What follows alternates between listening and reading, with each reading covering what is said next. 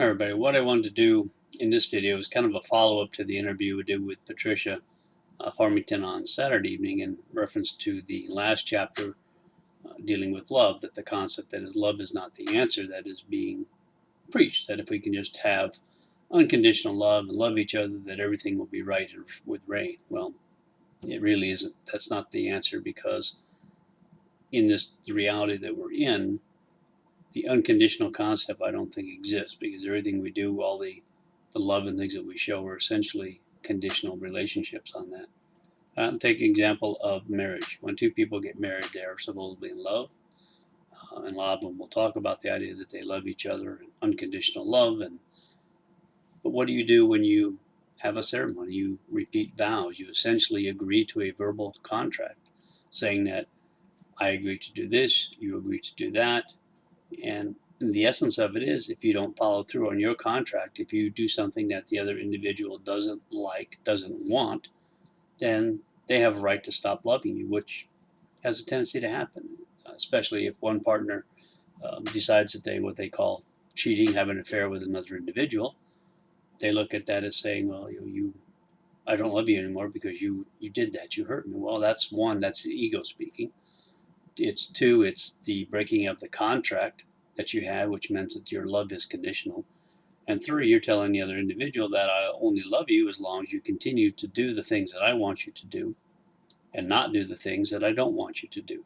That what you want isn't relevant. And that if you're willing to do the things that you want and they're not things that I want, then I'm not going to love you anymore. So again, it's a conditional concept when we look at those kind of things. We also see the other individuals that, like I said, as property. And one person is not the property of another. And I'm not saying you have to tolerate or put up with behaviors like that if you don't want to, but think about what the concept is. It's and what part of you is being hurt if that happens.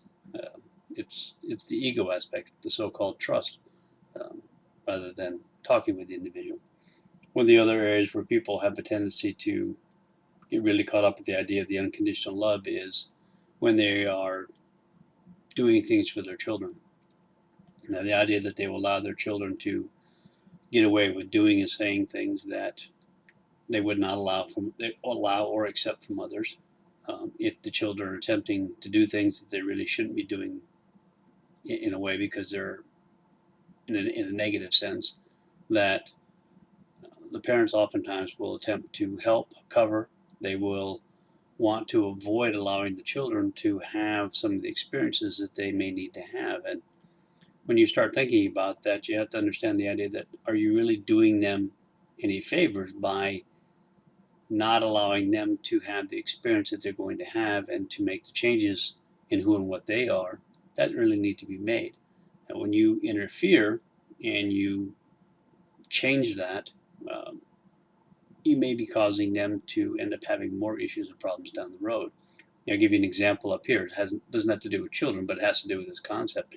One of the local stores here in town, when I went in, I was talking to one of the people in kind of their mid-management range, and they were talking about one of the clerks that they had there. And apparently what the clerk was doing was he was taking the receipts and he was putting in the computer system that items had been returned from people. He was basically printing out a second receipt and then showing that these items were returned. He was taking the cash and pocketing it for himself, which on the computer and on their printout system all looked good until they started doing an inventory and started realizing that these things had never been returned and things were missing.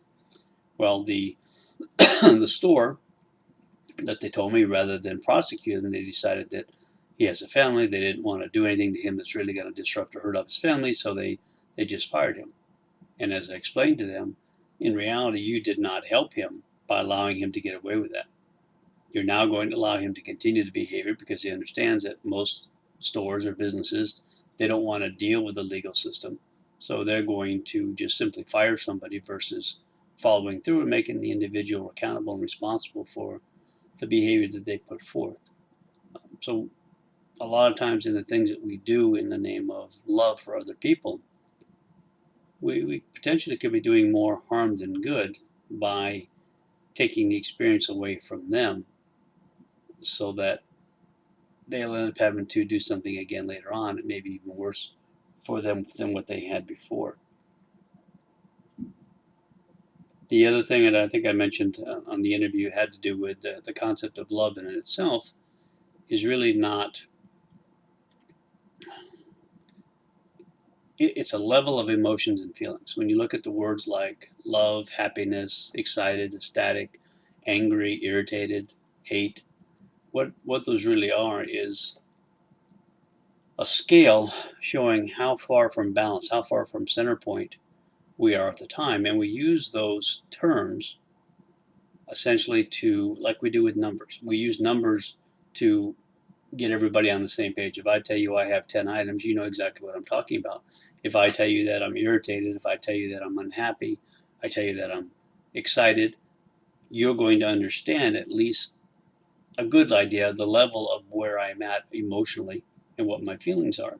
Now, it may be different for you simply because you've had different experiences and how your life is lived out is going to be different than mine. Maybe excited is a little bit different, but the concept, if we use those so that we have a way to communicate with each other rather than having to explain exactly what it is we're feeling or going through, we can use one term rather than describing what we are feeling physically, what we are feeling emotionally. So the words in themselves are simply descriptive terms of a level of where we are out of center balance.